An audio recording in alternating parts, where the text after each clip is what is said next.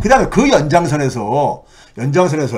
지금 이제 오늘 이제 국내 소식과 관련해서는 가장 우리가 이제 주목해야 될 주제인데요. 우리나라 지금 자금시장, 금융시장에 대한 얘기입니다. 우리나라 자금시장이 구조적인 함정에 빠졌습니다. 구조적인 함정이에요. 함정에 빠졌는데 이 얘기를 좀 이제 여러분들이 관심이 좀 많이 있을 거라고 생각합니다. 자, 첫 번째는요. 이 그림이 뭐냐면요. 미국의 이 금리들 막대 그래프로요. 맨 왼쪽이 연준금리입니다. 연준금리, 그러니까 정책금리인 거죠. 연준금리가 올 3월 달부터 인상하기 시작했잖아요. 그러니까 0에서 0.25%, 상당 구간을 기준으로 한다면 0.25%죠. 근데 11월 달에 0.75 올려가지고, 즉 0.75를 4번이나 올려가지고 3% 끌어올리면서 4%, 상당 구간이 4%까지 갔잖아요. 그러니까 3월 달 이전에 그러니까 0에서 0.25%였는데 3월 초까지, 예? 그러니까 차이가 얼만큼 벌어진 겁니까? 3.75% 정도 포인트를 그러니까 올해 인상을 한 거잖아요. 연준은요. 인상한 폭이 3.75%포인트잖아요. 그리고 나머지 오른쪽에 있는 건 뭐냐면요. 첫 번째 있는 게 미국채 3년물. 시장금리들입니다. 시장금리. 이 연준의 금리는 가장 낮은 금리잖아요. 가장 낮은 금리이고, 그 다음에 이제 그러니까 우리가 일반 가게나 기업이 이용하는 거는 시장금리잖아요. 시장금리에서 가장 그러니까 우리가 가장 그러니까 우리가 그 안전한 금리가 미국채 금리죠. 미국채 금리요. 미국채 3년물 기준으로 해서 같은 기간 동안에 한 2.583%포인트가 올랐어요. 그리고 10년물은 1.992%포인트. 근데 기업들이 자금을 조달할 때 주로 동원하는 채권 발행 회사채는 2%대 초에서 2% 중반 정도뿐이 안 올랐어요. 지금 무슨 얘기냐? 연준의 기준금리보다 그러니까는 더 적게 올라갔어요. 더 적게요. 그러면 이거를 여러분들이 볼 때는, 자, 여러분들 회사채 금리 같은 경우는 한 6% 이렇게 됩니다. 절대 규모는요. 그런데 연준 금리는 어쨌든 간에 4%인 거잖아요. 근데 변동폭을 얘기하는 겁니다. 지금 그러니까요. 올 3월 달부터 올 11월 달까지 변동폭을 얘기하는 거예요. 현재까지요. 그러면 시장금리가 기준금리보다 변동폭은 이렇게 낮은 이유가 있어요. 낮은 이유가 있는 게 뭐냐면은 중앙은행이 기준금리를 올리더라도 시장금리는 중앙은행이 기준금리 올린 인상폭만큼 같이 똑같이 증가는 안 해요. 비례적으로요. 왜 그러냐면은 금리라는 것은 우리가 되게 어떻게 결정되냐면요. 은행들이 예를 들어서 은행 입장에서 본다면요. 은행이 자금을 조달하는 비용이 있을 거 아닙니까? 예를 들어서 그러니까 고객한테 예금을 유치했을 때 예금 이자를 준다거나 아니면 은행이 은행 채권을 발행을 해가지고 자금을 조달한다든가 이럴 게 아닙니까요? 그럴 때 자금 조달 비용이 들어가잖아요. 거기에다가 뭐냐면 이제 은행이 운영하기 위해서는 인건비 같은 게 나갈 게 아닙니까? 그런 인건비도 반영을 해야 되고, 그 다음에 뭐냐면 은행이 그 마진도 남겨야 될 게 아닙니까? 자기들 마진도 갖다 붙이고요. 그 다음에 이제 은행에 돈놀이를 했는데, 이거를 그러니까 이제 이 상환을 못하는 사람들도 있을 게 아닙니까? 소위 연체하는 사람들도요. 그런 연체율도 거기다 이제 추가해가지고 이 금리를 책정을 한단 말이에요. 책정을 하는데, 금리가 올라간다고 해가지고 그 비용이 앞에서 얘기했었던 뭐 인건비라든가 그다음에 무슨 소위 은행의 마진 이런 것들이 가서 비례해서 같이 올라가는 건 아니잖아요. 그러다 보니까는 연준의 기준금리가 올라갈 때마다 똑같은 비율로 이렇게 올릴 필요가 없는 거예요. 예? 올릴 필요가 없는 거예요. 자금 조달 비용만 조금 더 증가하는 것 뿐인 거예요. 예? 예, 그리고 이제 연체율이 그러니까 조금 반영될 수밖에 없는 것이고요. 그러다 보니까 낮습니다. 시장금리 인상폭이 낮을 수밖에 없어요. 그래서 연준의 그러니까는 올해 금리가 3.75%포인트 인상되는 동안에 기업들의 회사채 발행은 한 2%대 초에서 2% 중반 정도뿐이 안 올랐다. 이게 그러니까는 하나의 당연한 겁니다. 상식적인 거예요. 이게요. 자, 그런데 연준이 금리를 왜 올렸습니까요? 인플레이션 잡기 위해서. 지금 물가 안정 때문에 금리 인상했던 거잖아요. 금리를 인상하면 어떤 효과가 있습니까요? 시중에 공급되던 통화량이 줄어들죠. 그렇죠? 시중에 돈이 많이 풀리면은 통화 가치가 떨어지는 것이고 화폐 가치가 떨어지는 것이고 화폐 가치가 떨어진다는 얘기는 물가가 올라간다는 얘기니까요. 실제로 그러면 우리가 미국의 통화량이 시중 통화량이 어떻게 변화했는가를 한번 봐봅시다. 이걸 보시게 되면요. 팬데믹 코로나 바이러스가 터지기 전에 비해서 올해 3월 달에 그러니까는 3월 달부터 이제 그러니까는 그 금리를 인상하기 시작했다 했잖아요.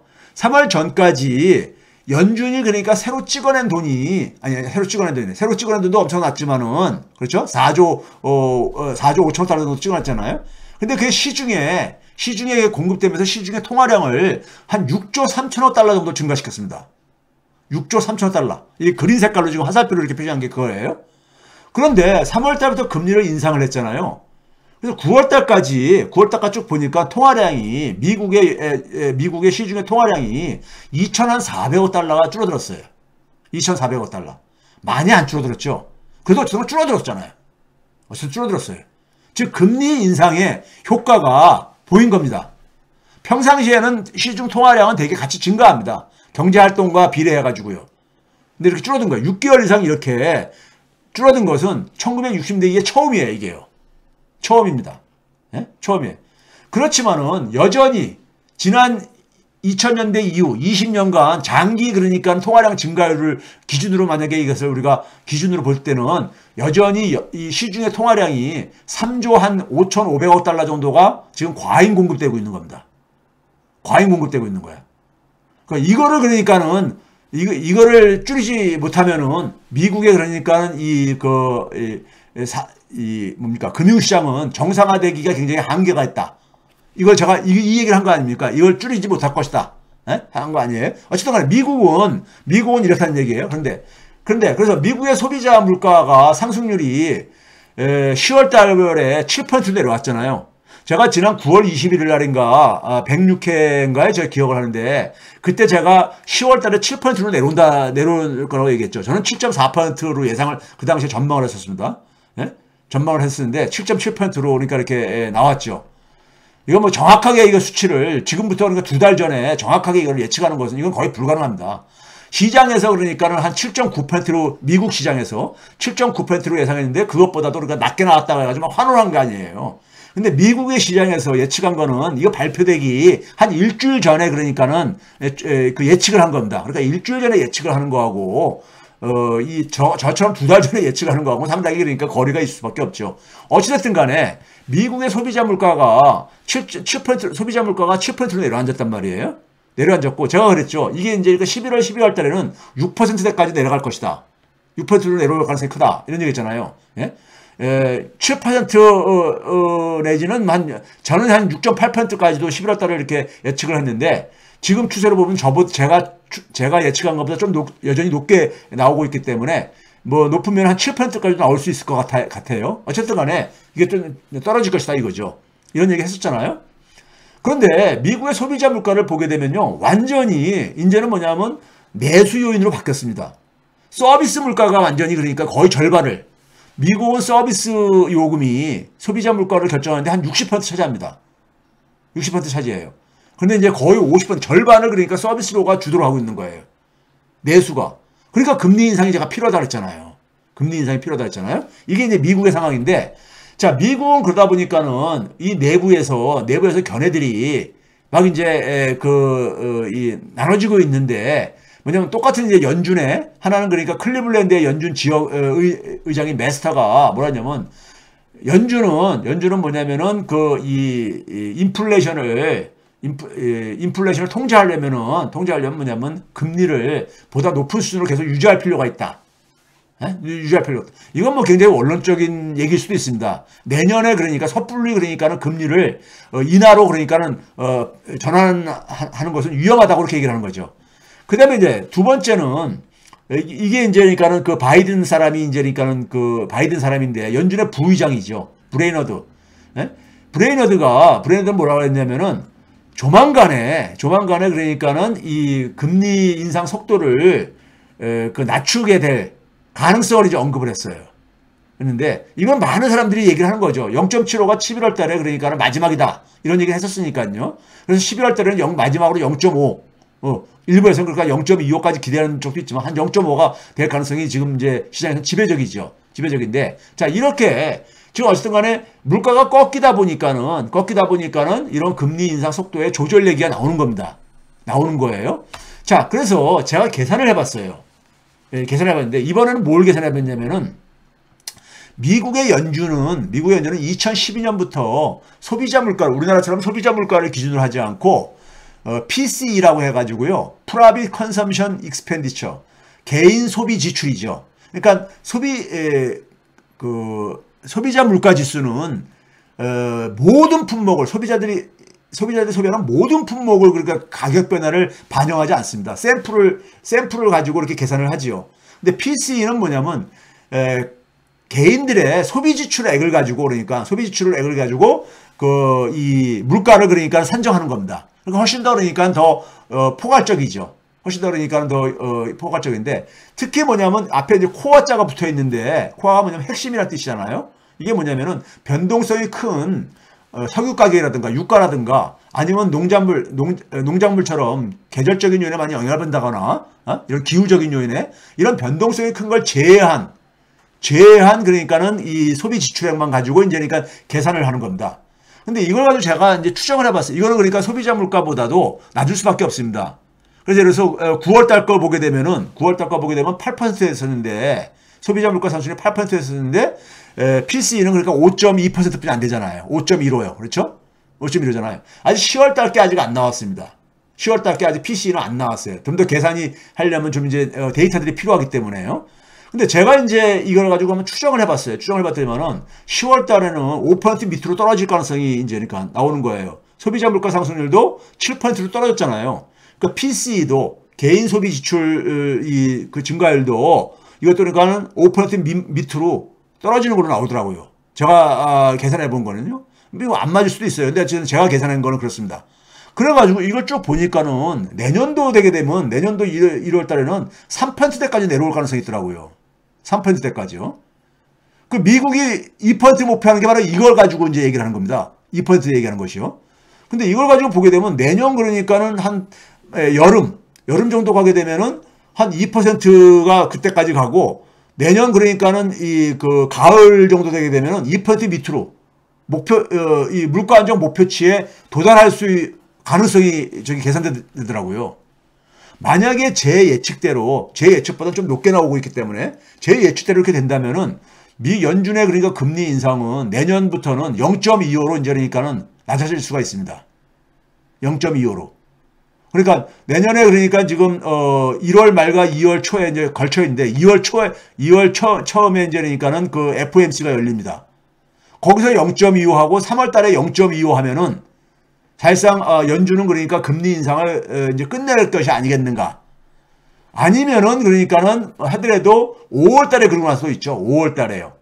5월 달에 한 번 정도 더 할 수가 가능성은 있습니다. 그렇게 되게 되면 한 5.25에서 4월 달에는 없거든요. 4월 달에는 없어요. 그러니까 2월 달하고 3월 달에 0.25씩 올리게 되면은 4.5고요. 5월 달에도 0.25 올리게 되면은 4.아니죠. 제가 지금 이제 연말까지 4.5잖아요. 4.5고 내년 2월 달하고 3월 달에 0.25씩 두 번 올리게 되면은 5%가 되는 거죠. 그리고 나서 그러니까는 5월 달에 한 번 더 올리게 되면 5.25가 되는 거죠. 5.25가. 만약에 6월 달도 올리게 되면 6.5가 되는 것이고요. 6.5가 되고 그러면은 6.5래. 5.5가 되는 거죠. 5.5가요. 제가 볼 때는 제가 계산한 거에 의하면은 5.5가 맥시멈이 될 가능성이 크다. 5.5가요. 그러니까요. 5.5가. 5.25에서 5.5. 그래서 지난번 그러니까는 연말에 그러니까는 11월 달에 FOMC 하고 나서 파월이 뭐냐면은 원래 목표했었던 4.6보다는 조금 더 상향 조정될 가능성을 열어놨는데 그래서 나온 게 5에서 5.25 정도 나왔는데 한 5.25 안팎에서 그러니까는 5.25 안팎에서 사실상 멈출 가능성이 있다. 그리고 그 추세를 봐가지고 그건 이제 그러니까 그 다음에 경기 침체라든가 이런 걸 봐가지고 그러니까는 금리 인상 속도를 방향을 턴할 가능성이 PCE로 봐가지고는 그런데 물론 내년의 변수를 어떻게 다 정확히 예측하겠습니까? 지금 같은 상황이 지속된다는 걸 가정을 했을 때 이건 계산한 거기 때문에 그냥 참고사항 정도로 이게 봐야 되는 겁니다. 근데 하여간 연준이 한 5.25 정도 안팎을 이렇게 얘기했던 것이 하고 제가 PC를 계산한 거하고 거의 비슷하게 나오고 있기 때문에 제가 이제 이걸 여러분들 소개한 건데 이건 그냥 참고만 하세요. 이게 그러니까 뭐 맞으라는 보장도 없는 거고요. 근데 일부에서는 여전히 뭐냐면은 미국의 물가 안정 이 내년까지는 그러니까 안정세로 전환되기 힘들다 이런 얘기들을 많이 하고 그러거든요. 많이 하는데 저는 그거에 비하면 이번에는 굉장히 그러니까 좀 긍정적인 이렇게 이 추정이 나온 거예요. 어쨌든 간에요. 그 여전히 뭐냐면은 미국의 물가가 여전히 그러니까 불안하다고 보는 사람들은 10월 달에 소비자들이 뭐냐면은 유가가 다시 올라가면서 소비자들이 인플레에 대한 기대 심리가 다시 올라갔습니다. 5.9%로요. 뭐 이런 것들이 그러니까 불안한 게 여전히 남아있다 이거죠. 연말까지는 어쨌든 간에 지금 뭐 7% 안팎을 계속해서 11월, 12월 달에 유지가 될 가능성이 있기 때문에 7%면 굉장히 높은 거잖아요. 소비자 물가 상승률이요. 예? 그리고 이 그 PCE로 보더라도 한 4.5% 안팎이라는 얘기는 이건 굉장히 높은 겁니다. 역사적으로 볼 때 높은 거예요. 예? 높은 거기 때문에 그런 점에서 그러니까는 올 연말까지는 금리 인상의 분위기가 꺾기가 쉽지 않다는 얘기입니다. 올 연말까지는요. 내년 초까지라든가. 그러다 보니까 골드만삭스 같은 경우도요. 저보다도 더 내년에 그러니까는 이 물가 상승률이 많이 떨어질 것이다 하면서 뭘 그러냐면 제가 계산한 그러니까 핵심 PC 빨간 네모박 수려놨죠. 이거를 골드만삭스에서는 내년 연말까지 그러니까 12월 달까지 2.9%가 하락할 거다. 저는 1%로 얘기를 했잖아요. 골드만삭스는 높이 보내도 불구하고 골드만삭스가 이렇게 이 그 인플레이션율이 연준이 참고하는 그러니까는 핵심 PCE가 개인 소비 지출이 2%까지 내려온다. 내년 연말 되게 되면 그래 좀 환호를 하고 앉아 있는 거예요 지금요. 그런 거 보면 제가 너무 낙관적으로 지금 계산을 한 것 같은 생각이 드는데 어찌됐든 간에 시장에서 월가에서는 내년까지는 그러니까는 고금리 체제가 지속될 가능성이 높다고 이렇게 시장에서 보고 있는 겁니다. 근데 저는 내년 말 정도 되게 되면 꺾일 가능성도 저는 제 계산에 의하면 나오는데 하여간 두고 봅시다. 그 다음에 이제 한국의 경우입니다. 한국의 경우요. 한국은 뭐냐면 10월 달에 다시 반등을 했어요. 우리나라 한국이 저기 이제 소비자 물가를 가지고 보는데 소비자 물가 상승을 가지고 보는데 9월 달에 5.6%가 하는데 5.7%가 나왔습니다. 5.7%가요. 네? 그렇죠? 미국은 꺾이고 있는데 미국은 6월 달에를 정점으로 해서 이렇게 꺾이고 있는데 한국은 그러니까는 잠깐 꺾였다가 다시 올라가는 이런 모습을 보이고 있어요. 이게 이유가 있습니다. 이걸 이제 오늘 얘기하려는 거예요. 자, 아까 연준의 그러니까는 정책금리하고 시장금리하고 미국의 그걸 비교했잖아요. 한국은 어떤가를 이렇게 한번 봐보세요. 한국은 지금 얼마까지 와 있습니까요? 한국은 지금 뭐냐면은 작년 8월 달부터 금리를 올렸죠. 작년 8월부터 금리를 올려가지고 한국은 0.5%에서 시작을 했잖아요. 0.5% 시작해가지고 얼마까지 왔습니까요? 3.5%까지 왔잖아요. 그렇죠? 그러니까 여기 제가 그린 색깔로 잘못 표기했네. 3.5%인데 3.0%로 표기했네요. 잘못 표기했네요. 그래서 한국은 뭐냐면은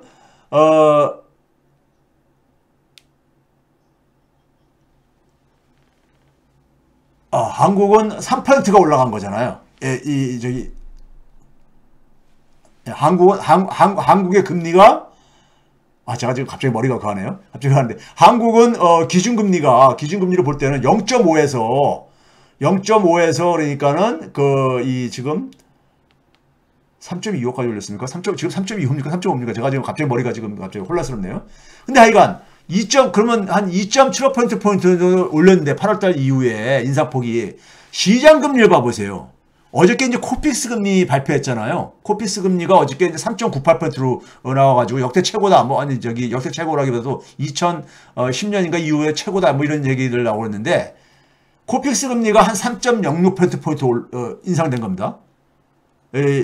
한국은행이 기준금리 올리는 동안에요. 그리고 CP금리는 4.25%포인트나 올라갔어요. 같은 기간에. 그 다음에 회사채 금리도 보게 되면은 한국은행에 올린 금리보다 더 높게 올라갔잖아요. 그러니까 연준의 올린 금리 인상폭보다 시장금리들이 더 낮게 인상됐는데 한국은 시장금리가 더 많이 올라갔어요. 그 얘기는 뭡니까요? 한국은행에서 금리를 지금 올리는 것을 굉장히 부담스러워하죠. 왜 부담스러워합니까요?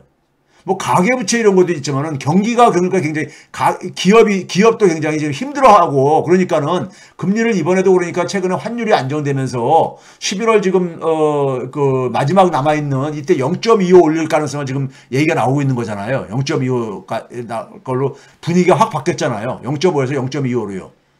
그러니까 금리를 그러니까 가능한 한 안 올리려고 하고 있죠. 한국은행은요.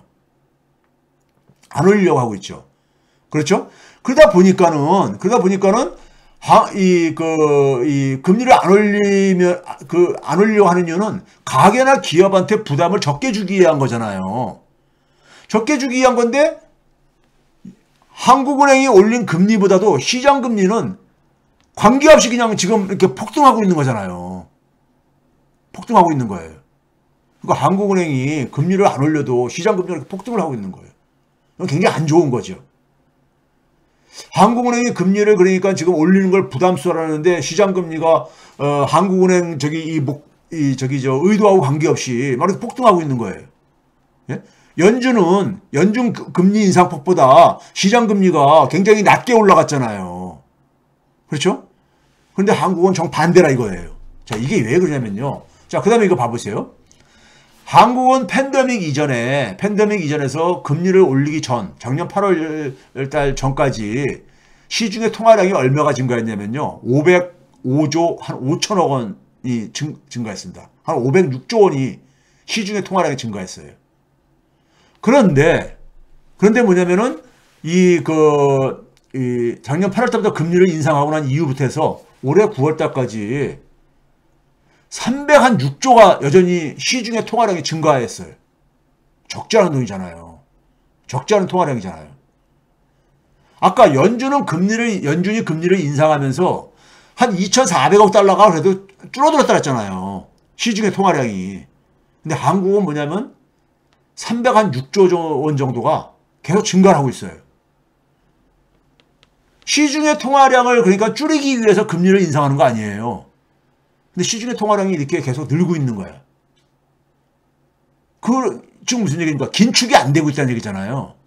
그러니까 물가가 떨어질 수가 없죠. 물가가 떨어질 수가 없는 거야. 그럼 왜 이렇게 됐는가를 한번 봐봅시다. 자, 그동안에 그러니까 우리가 이 자금시장 상황을 제가 좀 이렇게 정리를 해 놓은 겁니다. 자금시장이 구조적인 함정에 빠졌다고 제가 이제 표현을 하면서 간 건데, 우리 김진태 사태가 나기 전까지는 올해 상반기 그러니까 우리가 이 윤석열 정권이 출범하고 난 이후부터 해가지고 소위 부동산 시장이 좀 이렇게 부동산 시장이 좀 가라앉기 시작을 했었잖아요. 그렇죠? 그렇지만은 기업들이 그러니까는 자금 조달하는데 큰 문제가 없었어요. 그렇죠? 그런데 김진태 사태가 터지고 나서 어떤 일이 생겼습니까? 기업들이 그러니까는 회사채 발행이라든가 기업보험 발행 이런 것들이 다 중단되거나 발행이 안 되고 그랬잖아요. 그렇죠? 이게 10월 21일에는 그냥 극단적인 상황까지 막 내몰리고 그러다 보니까는 10월 23일 날 당국이 긴급히 일요일 날 오후에 당국자들이 모여가지고 대책을 내놓은 게 50조 플러스 알파 유동성 공급이었잖아요. 그렇죠? 25일 만에 내놓은 대책이라는 게, 그 대책의 핵심은 뭐였었냐면요. 핵심은 뭐냐면 기업들이 자금을 조달할 때요, 은행에서 대출도 받지만은 시장에서 자금을 조달하는 대표적인 방식이요, 단기 자금은 어음을 발행하고 장기 자금은 채권을 발행을 하잖아요. 해서 조달을 하잖아요. 그러니까 근데 이게 발행이 안 돼. 만기가 된 거를 다시 차환을 해야 되는데 이게 차환이 안 되고 그러는 거예요. 그러니까 어떻게 했습니까요? 정부가 그러니까는 통제할 수 있는, 정부가 그러니까 사실상 대주주인 국채은행들, 산업은행을 필두로 해가지고 수출입은행, IBK 이런 국채은행들을 내세워가지고 특히 산업은행한테 산업은행이 뭐냐면은 회사채하고 기업보험을 좀 매입을 해줘야 되겠다. 기업들이 자금 조달에 지금 어려움을 겪고 있으니까 이런 대책 내놨잖아요. 그렇죠? 산업은행은 뭐냐면 정부가 51% 지분을 갖고 있는 데입니다. 금융위원회 그러니까 통제를 받고 있는 은행이에요. 그러니까 산업은행은 그러다 보니까는 정부에서 그렇게 요구를 하니까는 금융당국이 요구를 하니까는 말 안 들을 수가 없죠. 근데 산업은행도 그러니까는 땅을 파가지고 돈을 그러니까 조달하는 게 아니라 땅 파서 돈이 나오는 게 아니잖아요. 자금을 조달하려다 보니까 산업은행은 일반 시중은행과 달리 예금 유치가 이렇게 높지가 않은 은행이잖아요. 그러니까 주로 어떻게 하겠습니까? 채권 발행하죠. 그 산업은행이 발행하는 채권을 가지고 산업금융채권이라 해서 줄여가지고 산금채라 그러죠. 이 산업금융채권을 발행을 한 거예요. 근데 산업은행은 거의 정부하고 신용등급이 같아요. 산업은행법에 의하게 되면 산업은행이 그러니까는 손실이 발생하게 되면 한국은행과 똑같습니다. 정부가 재정으로 메꿔주게 돼 있어요. 예? 그러니까 사실상 정부거나 신용등급이 같을 수밖에 없어요. 근데 시장에서는 지금 김진태 사태 이후에 신용이 붕괴된 거잖아요. 예? 투자자들이 못 믿겠다 해가지고 기업들이 발행하는 회사채라든가 기업업을 외면하는 거 아니에요. 근데 이제 산업은행이 채권을 발행을 하게 되면은 이거는 굉장히 신용도가 높은 거잖아요. 투자자들이 당연히 뭐냐면 그 산업은행 채권을 매입하려고 할 게 아닙니까? 예? 그러면 시중에 돈이 그러니까 산업은행 채권으로 가게 되면은 그만큼 기업의 회사채 발행이 더 어렵지요. 예? 그나마 그러니까는 일부가 그러니까 회사채를 샀던 거 회사채에다가 좀 이제 자금이 일부가 왔던 것조차도 더 회사채보다 더 안전한 산업은행 채권이 있는데 글로 나가죠. 회사채 발행에 오히려 그러니까는 장애로 작용한 거예요. 그러니까는 회사채 발행이 계속해서 어려워지니까는 그다음에 이제 뭐냐면 공공기관들한테 정부가 이제 손쉽게 통제할 수 있는 데가 산업은행 같은 데뿐만 아니라 공공기관들이 발행하는 채권 있잖아요. 이것도 그러니까 니네들도 채권 발행을 좀 자제해라. 예, 니네가 채권을 발행하게 되면은 시중에 자금들이 글로 다 가니까는 그러면 기업들이 회사채 발행을 했을 때 자금을 조달할 수 없으니까는 자제하라. 그 대신에 뭘 했냐면은 해외에서 니네들이 필요한 돈이 있으면 니네들은 정부가 사실상 보증해 주는 데 아니냐. 그러니까 해외에서 자금을 조달할 수 있지 않게, 자금할 능력이 있지 않냐. 그래서 해외에서 자금을 조달해라. 해외 채권을 발행을 하라고 막 독려를 했죠. 그런데 어떤 일이 생겼습니까? 김진태 사태의 연장선에서 흥국생명 영구채 사태가 터졌잖아요. 제가 흥국생명 사태는 김진태 사태에 그러니까 파편을 맞은 거라 그랬잖아요. 예? 흥국생명이 그러니까 이 영구채를 그러니까는 이걸 상환하는 것보다도 원금을 상환하는 상환을 안 했을 때, 예? 거기에 이제 그러니까 소위 말해서 지불해야 되는 금리보다도 국내에서 그러니까는 이 영구채 상환하기 위해서 조달하는 이 금리 비용이 훨씬 더 높기 때문에 이 전자를 선택했던 거 아닙니까? 그러니까 흥국생명 사태를 일전에 설명했지만은 흥국생명 사태가 터지면서 해외 채권 발행이 어려워지게 돼버렸죠. 그렇죠? 우리나라 이 기관들이 해외에서 그러니까는 외화 자금 조달이 어려워지게 된 거잖아요. 예? 이게 그 김진태 사태의 연장선에서 이게 흥국생명 사태가 터진 거란 말이에요. 그렇죠? 그러니까 이제 금융당국에서 어떻게 이제 대응을 했습니까요? 은행들한테, 시중은행들한테, 야, 니네들이 좀 대출을 해줘라. 이거예요. 예? 지금 기업들이 회사채 발행인데 어렵고, 공공기관도 채권을 발행을 못하게 하고 앉아있으니까, 은행이 좀 그러니까 대출을 해줘야 되지 않겠냐는데, 은행이 그러면 이제 금융당국이 그러면요, 은행도 꼼짝 못해요. 예? 은행의 생사 여탈권을 그러니까 이 금융위원회가 장악하고 있거든요. 여러분들 은행법이라든가 금융위원회 법을 보게 되면요. 예? 그러니까 은행들은 그러니까는 이제 뭐 대출을 늘리겠다고 이제 협조하겠다고 이제 그러죠. 예? 그러니까 은행은 근데 대출을 늘리려면 돈이 필요하잖아요. 자금이요. 그럼 은행은 자금을 되게 어떻게 조달합니까? 고객의 예금을 유치한다든가 아니면 그다음에 자기들도 은행채를 발행을 해가지고 채권을 발행해서 자금을 조달할 수밖에 없잖아요. 예? 그러니까 은행이 뭐냐면 고객의 예금을 유치하려다 보니 어떻게 하겠습니까? 예금 이자를 높여줘야 될 게 아닙니까? 수신금리를요. 그러니까 은행이 수신금리를 높이니까는 누가 타격을 보느냐? 이금융권이 타격을 보는 거예요. 저축은행이라든가 저축은행하고 시중은행하고 금리가 비슷하다면은 어디 가겠습니까? 사람들이 예금을요. 시중은행으로 갈 게 아닙니까? 그러니까 이금융권의 유동성이 부족해지는 거예요. 저축은행이라든가 이런 데들이 그러니까 자금 확보하기가 어려워지는 거예요. 예? 그렇죠? 거기다가 은행이 그다음에 이제 뭐냐면은 은행채를 발행을 하게 되면은 은행채하고 회사채가 있을 때 고객들은 어디다가 투자하겠습니까? 은행채죠. 네? 은행은 거의 그러니까는 망할 일이 없고 그러니까는 그렇죠? 그러니까 회사채 발행이 안 되는 거야. 또 이것도 마찬가지로요. 그러니까 이제 금융당국에서 뭐라 했습니까? 야, 니네들 은행채 좀 발행 좀 하지 마. 또 이렇게 요구를 한 거예요. 예? 사실상 그렇게 그걸 강요한 거죠. 다른 표현은 언론에는 그러니까 자제를 요구했다 뭐 이렇게 얘기하는데, 예? 은행채 발행하지 말라고 주문을 한 거예요. 그러니까 그럼 은행이 그러니까 또 그다음에 은행이 수신금리를 인상을 해가지고 이금융권으로 갈 돈들이 다 은행으로 이게 흡수가 되니까는 야, 금리 인상도 좀 자제. 그럼 은행들이 그러니까 예금도 유치 못하고 채권도 발행 못하면 은행이 그러면서 어떻게 대출을 늘리라는 얘기입니까? 대출을 늘리라는 얘기냐고요. 예? 그럼 은행이 마지막 자금을 조달할 수 있는 곳이 어디예요? 한국은행이죠. 은행의 은행이는 한국은행이잖아요. 한국은행이 그러니까 결국 돈 찍어가지고 공급을 해줘야 된다는 얘기인데, 예? 그래서 한국은행 통화량이 이게 안 주는 거예요. 한국은행을 잠깐 끌어들이니까는. 근데 한국은행이 지금 그러니까는 돈을 찍어낼 수 있는 이런 상황이냐고요. 금융위기 당시에는 금융위기 딱 터지고 난 다음에 미국 연준이 금리를 제로금리까지 내리고 소위 양적 완화라 해가지고 돈을 막 프린트해가지고 공급을 해줬잖아요. 그 당시에는. 연준이 그러니까 한국은행도 같이 그럴 수가 있었어요. 금리를 내리고 같이 막 돈을 공급할 수가 있었었죠. 근데 지금은 돈을 다 회수하는 상황이잖아요. 지금요. 근데 한국은행이 어떻게 통화를 공급해요? 예? 근데 한국은행을 근데 억지로 해서 끌어들인단 말이에요. 그러니까는 시중에 그러니까 통화량이 안 줄어드는 이유가 바로 여기에 있는 거예요. 그러니까 지금 뭐냐면 그렇다고 해서 회사채 사정이 낮았느냐? 전혀 안 낮았거든요. CP라든가 이런 것들이요. 낮았냐? 안 낮았거든요. 그러니까 모든 게 다 엉망진창이 된 거예요. 엉망진창이. 왜? 김진태 사태, 흥국생명 사태, 예? 김진태 사태로 인해 가지고 했던 것이 흥국생명 사태 같은 경우도 금융당국이 알았던 거 아니에요. 예?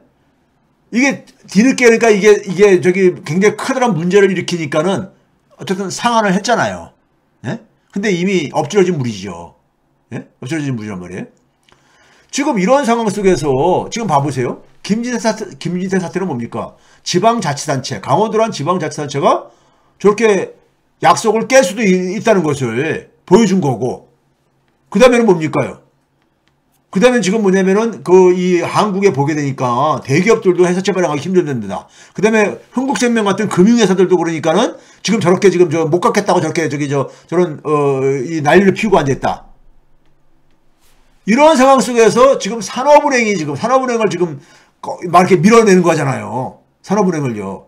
그런데 산업은행은 이게 지금 언제까지 이게 가능할 것이고 산업은행한테 문제가 없냐 이거예요. 산업은행이 쉽게 얘기해서 자기들이 그러니까 산업금융채권을 발행을 해가지고 돈을 마련했어. 시중에서. 그 돈을 가지고 회사채하고 기업음을 매입하는 거 아닙니까? 그러면 회사채하고 기업음이 자기들이 산업은행 채권을 발행해서 받은 현금보다는 위험성이 높은 자산이잖아요. 위험성이 높은 자산을 산업은행이 보유하고 있는 거잖아요. 그렇죠? 사줬으니까. 그럼 산업은행에 소위 말해서 우리가 자기자본 비율이라는 게 있잖아요. 자기자본 비율이 뭡니까? 위험 과중 자산. 네? 자산들 중에서 일정한 자기자본 비율을 확보하라. 이거 아니에요. 근데 위험 과중 자산이 많아지는 거 아닙니까? 네? 지금 더군다나 기업들한테 이 회사채 매입하는 거라든가 기업보험 매입하는 거에 뭐가 많이 끼어 있습니까? PF 대출과 관련된 게 많이 끼어 있잖아요. PF 대출이 이게 지금 그러니까 우리가 굉장히 부실화될 가능성을 굉장히 우리가 걱정을 하고 있는 것들이잖아요. 부동산 시장 이게 지금 빠르게 지금 이 식으면서요. 그렇죠? 경착륙 가능성을 보이면서 산업은행이 잘못하면 부실화가 될 수 있는 거예요. 근데 산업은행에서는 이걸 왜 하느냐? 기꺼이. 이건 뭐 정부가 하라고 그랬으니까 정부가 손실을 메워주게 돼 있거든요. 산업은행법에 따르면은. 근데 문제는 뭐냐면 산업은행의 신용도가 떨어질 수 있다는 얘기죠. 그래서 산업은행이 저는 이런 생각까지 드는 거예요. 산업은행의 민영화는요. 부분적인 민영화든 산업은행의 민영화는 이 보수 정권의 그러니까 사실 오랜 소망 사항입니다. 이명박 정부 때부터 소망 사항이에요. 산업은행이 저렇게 이제 그러니까 경영이 부실 자산이 많이 늘게 되면은 결국 이 사람들이 이걸 어떻게 이용을 하냐면요. 저거 바로 저렇게 방만 경영하다 보니까 저렇게 됐다. 자기들이 만들어 놓고 부실은. 예? 이걸 그러니까 민영화의 하나의 그러니까 구실로도 삼을 수도 있는 거예요. 문제는요. 대외적인 시각입니다. 해외 시장에서 투자자들이 볼 때는 야 이건 한국은 지방자치단체가 약속을 어겨. 그 다음에 금융회사도 지금 그러니까 뭐 약속을 안 지켜. 거기다가 보니까는 지금 뭐냐면 이제 우리가 한전이라든가 한국가스공사라든가 이런 데도 지금 그러니까는 채권 발행이 자금 조달이 잘 안 되는 거 아닙니까? 예? 공기업들도 지금 그러니까 자금 조달이 안 된대. 회사채 발행이 잘 안 된대. 아니 공기업 채권이 이게 다 소화가 안 된대. 거기다가 뭐냐면 산업은행 같은 국책은행도 그러니까 지금 그러니까 이게 굉장히 많이 부실화됐대. 지금 우리 자금시장의 상황은요, 이제 지금 시작이거든요. 예? 회사채들의 지금 만기가 지금 계속 몰려오고 있고, 내년 1분기까지요. 그러니까요. 예? 수백조 원이. 그렇죠? 그럼 이런 상황 속에서 해외에서 볼 때는 지금 한국은 지금 뭡니까? 자금시장이 완전히 뭐냐? 구조적인 함정에 빠진 거잖아요. 기업들 회사채를 발행을 하게 은행들도 은행채 발행하지 말라. 공공기관도 채권 발행하지 말라. 예? 그러면서 은행이 그러니까 대출하기 위해서 자금 마련하는 것도 지금 그러니까 못하게 브레이크 걸고 있고. 어쩌란 얘기예요. 그러니까요. 근데 한국은행이 돈 찍어가지고 공급을 해? 지금 그럴 수 있는 상황이 아니잖아요. 예? 그러니까 지금 한국의 자금 시장이 완전히 구조적인 함정에 빠진 거예요. 그러니까 물가 안정도 안 되고 그러다 보니까 시중의 금리가 계속 빠르게 올라가는 거야. 한국은행이 금리를 천천히 올려도요. 자금시장이 이렇게 그러니까 지금 망가져 버렸으니까요. 예? 자금시장이 망가져 버렸으니까. 이거 왜 그런 거예요? 금융당국이 굉장히 무능하고 무책임한 거죠. 김진태라는 그러니까는 그 지방자치단체 이 기관장도 무능하고 금융감독원 원장이나 금융위원장도 무능하고 이 흥국생명의 연구체를 이복현 금융감독원장이 자기는 알았다는 거 아니에요. 근데 잘했다고 그랬던 거 아니에요. 네? 잘했다는 거. 흥국생명 개별 금융회사 입장 속에서는 굉장히 어떻게 보면 합리적인 선택을 한 거예요. 자기 이익에 부합하게. 그런데 문제는 뭐냐면 이것이 대한민국 전체에 그러니까 미치는 부정적인 영향을 금융감독원장인 사람이 알았음에도 불구하고 이걸 방치했다는 거. 그런 엄청난 비용을 지불하잖아요. 우리가 김진태 사태로 인해가지고 188조 플러스 알파 2,050억 원 갚으면 되는 거 가지고 이런 엄청나게 사태를 키웠듯이 흥국생명도 그러니까는 콜옵션을 이행하지 않겠다고 그렇게 선언하면서 즉 상환을 못하겠다고 하면서 엄청나게 지금 그러니까는 해외에서 그러니까 이 신용을 잃어버린 거 아닙니까? 해외 자금 조달하기에. 예? 지금 이거를 그러니까 지난 그러니까 한 2달 사이에 이런 일을 만들어 놓은 거예요. 한국의 자금 시장이 그러니까 지금 이거 어떻게 지금 벗어날 수 있겠어요? 예? 어떻게 벗어날 수 있겠냐고. 지금 일반 투자자들은 회사채 같은 게 대기업들도 그러니까 회사채 지금 마련 못 하고 있는 거 아닙니까? 거기다가 또 한 가지는 뭐냐면은 산업은행이 자금 조달을 해가지고 회사채하고 기업업을 매입을 해주는데 여기 매입해주는 기업 회사채하고 기업 어음들은요 주로 대기업들 겁니다. 이건 명분은 뭐냐면은 신용도가 높은 것만 주로 매입을 하는데 주로 대기업들이죠. 우리나라 건설회사 재벌기업들 건설회사 한두 개씩 다 갖고 있잖아요. 모든 재벌기업들이요. 예? 건설회사들이 이게 다 뭔가 PF 대출과 관련된 것들이잖아요. 그럼 건설회사들이 지난 한 2년 동안에 건설 경기 막 좋을 때 부동산 시장 막 그 과열되고 그럴 때 자기들이 판단을 해가지고 막 사업을 벌렸던 거 아닙니까? 근데 대기업들이 자금 조달에 지금 어려움을 겪는다고 해가지고 대기업들한테 왜 자금을 지원해줘야 됩니까? 그것도 건설업에? 아니 이들이 그러니까 만약에 그래서 자금 조달난을 극복을 해가지고 어려움이 지나고 난 다음에는 아파트 건설을 해가지고 분양을 할 때 뭐 반값으로 공급해 준답니까? 국민들한테요? 아니잖아요. 그땐 자기들이 다 이익은 챙기잖아요. 예?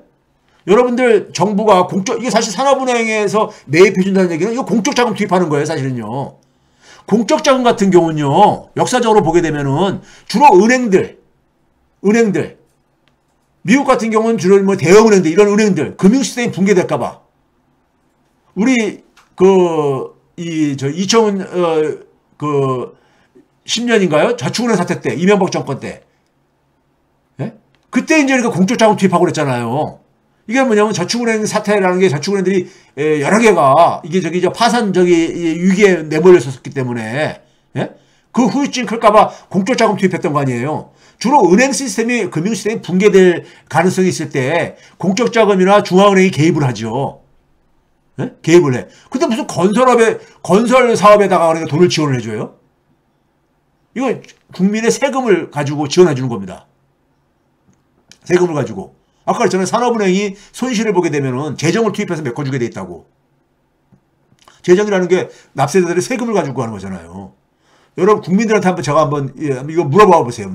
여러분들 만약에 건설회사가 자금난에 시달리는데 정부가 돈을 지원해줘야 됩니까? 말아야 됩니까? 제가 볼 때는 절반 이상이 지원해주지 말아라. 왜 지원해줘야 되느냐? 예? 아니, 건설업에 지원해줄 거면 다른 산업 분야에는 지금 자금난에 시달리는 기업들이 사실 대기업보다 중소기업이 더 심하잖아요, 사실은요. 예? CP 발행은요, 그래도 대기업들이 저거 발행할 수 있는 거지, 중소기업은 CP 발행도 못해요. 그런데, 대기업들은 근데 사실, 재벌기업들은요, 작년부터 현금 확보들을 막 엄청나게 했습니다. 시장 상황 돌아가는 상황을 빨리 아니까요. 재벌그룹들은 계열사들 많잖아요. 계열사들이 현금 확보를 많이 했어요. 그럼 먼저 그 돈부터 써야 될 게 아닙니까? 자금난에, 자기 계열기업의 건설업체가 만약에 자금난에 시달리고 있으면은 그 현금부터 객출해가지고 자구책을 써야 될 게 아니에요. 근데 그거 그냥 무조건 다고 대기업들 그러니까 자금 조달하기 힘들다고 회사채 매입해주고 기업보험 매입해주고 이게 공정한 거냐고 이게요. 이거 엄청난 특혜잖아요. 지금 이거를 독려하고 있는 예? 추경호나 김주현이나 금융위원장인 김주현이나 이복현 금융감독원장이나 이런 사람들은 이거 하는 이유가 뭡니까요? 이 사람들은요, 지금 우리 대한민국의 상황을 이게 대외 환경의 문제로 이게 생기는 걸로 이렇게 갖다 핑계를 돌려요. 이게 대외 환경과 무슨 상관이 있습니까? 김지태 사태하고 흥국생명 사태가. 예? 이거 대외 환경하고 이게 무슨 관계가 있냐고, 이게요. 예? 아무 관계가 없잖아요. 연준의 금리 인상하고 이게 무슨 관계가 있어요? 김지태 사태하고 흥국생명 사태하고요. 그렇죠?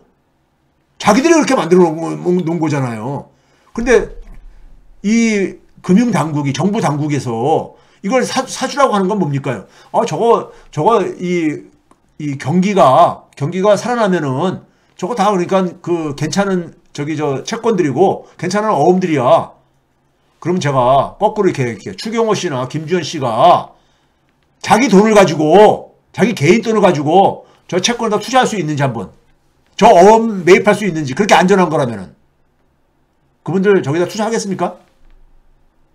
안 하죠. 지금 예? 안 할 게 아닙니까? 저 회사채, 건설회사들이 지금 자금 조달하는 PF 대출 사업이 하는 회사채 여러분들 같으면 투자하겠냐고요. 거기서 말하는 기업은 투자하겠냐고요. 못 하잖아요. 추경호나 김주현도 자기 돈이라면 안 할 거라고요. 그런데 산업은행은 이게 뭡니까? 정부 돈이야. 정부 돈을 가지고 그것도 대기업 중심으로 지금 이게 지원되고 있는 거잖아요. 그러면 개인들이 사업을 하다가 자금난에 시달리면 지원해 줄 거예요? 마찬가지로 똑같이? 안 해주잖아요. 예? 지금 이런 짓들을 하고 앉아 있는 거예요. 그러면서도 이거 해결이 안 되잖아요. 이거 밑빠진 독에 물 붓기 식으로 산업은행이 그러니까 채권을 발행하게 되면 회사채 발행이 어려워지잖아요. 예? 산업은행이 그러니까 땅 판다고 해서 돈이 나오는 것도 아닌데, 예? 그렇죠? 그렇잖아요. 그리고 은행들한테 그러니까 돈 대출해주라. 은행채 발행은 못하게 하고 금리도 인상 못하게 하면서, 예? 어떻게 하라는 얘기예요, 이걸요? 지금 이런 상황에 빠져 있는 겁니다. 대한민국 자금시장이요. 그러다 보니까는 한국은행이 금리를 별로 안 올려도 시장 금리가 막 올라가는 거예요. 물가 안정도 안 되는 거야. 그러니까요. 돈이 시중에 계속 풀리고 앉아있으니까. 돈이 계속 시중에. 예? 자, 이거 봐보세요. 연합뉴스에 나온 기사입니다. 어저께 기사예요. 대기업 회사채 중에서 1년 내 만기가, 이거 리더스 인덱스라고, 이 채용, 리크루트 이런 관련 회사를 알고 있는데, 대기업이 267개가 넘지요. 근데 267개 기업만을 분석을 했는데, 상한하지 않은 회사채가 1,000조가 넘는다 이거예요. 1,000조 원이. 예? 아직 상한하지 못한 게. 이 267개 대기업만을 볼 때. 근데 1년 내 만기가 돌아오는 게 406조라는 거예요. 406조. 예? 예? 그런데 여러분들 우리나라에 가계하고 비금융, 은행들이라든가 금융회사 빼고요. 비금융 기업들의 부채 총계가 올해 3월달 기준으로요. 얼마냐면 4,633조입니다. 4,633조야. 그럼 여러분들 지금 한국은행의 금리가 지금 뭐 3%, 지금 4% 이렇게 간다는데 3%만 하더라도요. 한국은행의 기준금리만 적어도 연 3%만 적용을 해보세요. 여기다가요. 어느 정도 됩니까? 한 150조 가까운 정도가 이자가 이렇게 발생할 수밖에 없는 거예요. 근데 시장금리는 더 많이 올라갔잖아요. 지금요. 네? 시장금리요. 지금 이런 상황이에요. 네? 이게 내년 1분기에 지금 상당히 많이 지금 이제니까는 돌아온다는 거 아닙니까? 근데 한국은행에서 금리를 그러니까는 적게 올리면 뭐해요? 시장금리가 그러니까 지 멋대로 올라가는데 왜 그래요? 신용이 붕괴됐기 때문에. 신용이 붕괴됐잖아요. 신용이 붕괴되니까 사람들이 뭐냐면은 돈을 안 빌려주는 거죠. 돈을 빌려주더라도 굉장히 높은 금리를 요구하죠. 그렇죠?